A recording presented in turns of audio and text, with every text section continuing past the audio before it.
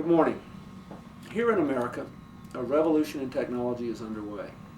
It is more than a time of innovation. It's a time of fundamental transformation, the kind that happens at most every 100 years.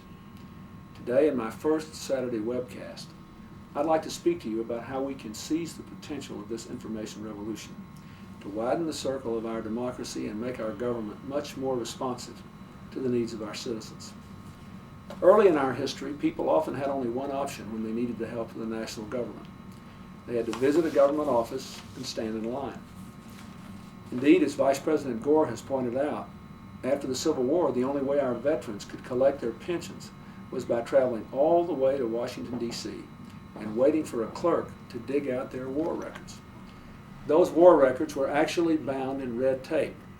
That gave rise to the universal symbol of bureaucratic delay that has existed down to the present day. Thankfully, things have gotten a lot easier for citizens over the years. In recent years, advances in computing and information technology have led to remarkable gains. Under the leadership of Vice President Gore, we have greatly expanded the spread of information technology throughout the government, cutting reams of red tape, putting vast resources at the fingertips of all of our citizens. Citizens now are using government websites to file their taxes, compare their Medicare options, apply for student loans, and find good jobs. They're tapping into the latest health research, browsing vast collections in the Library of Congress, and following along with NASA's missions in outer space. This is just the beginning. Today, I'm pleased to announce several major steps in our efforts to go forward in creating a high-speed, high-tech, user-friendly government. First, we're going to give our citizens a single, customer-focused website where they can find every online resource offered by the federal government. This new website, firstgov.gov, will be created at no cost to the government by a team led by Eric Brewer, who developed one of the most successful internet search technologies with the help of government grants.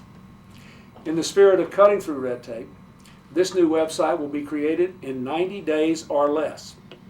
It will uphold the highest standards for protecting the privacy of its users.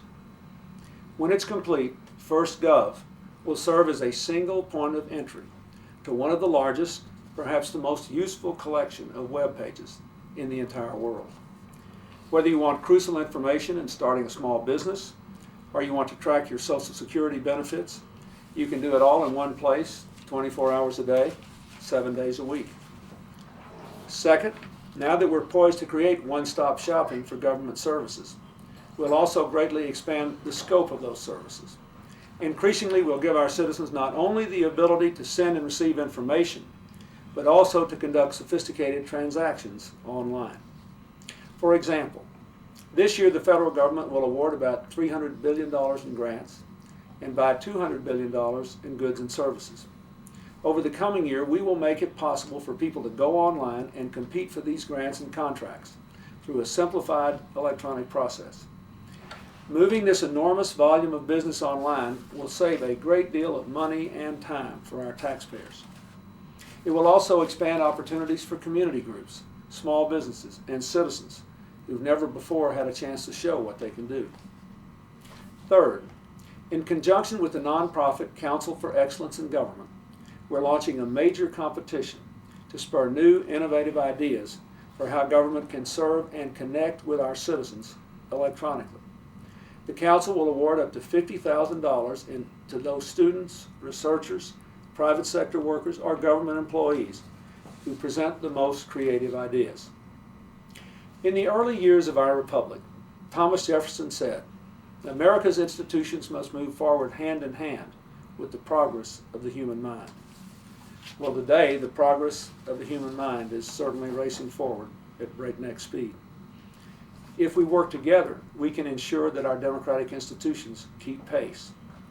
With your help, we can build a more perfect, more responsive democracy for the information age.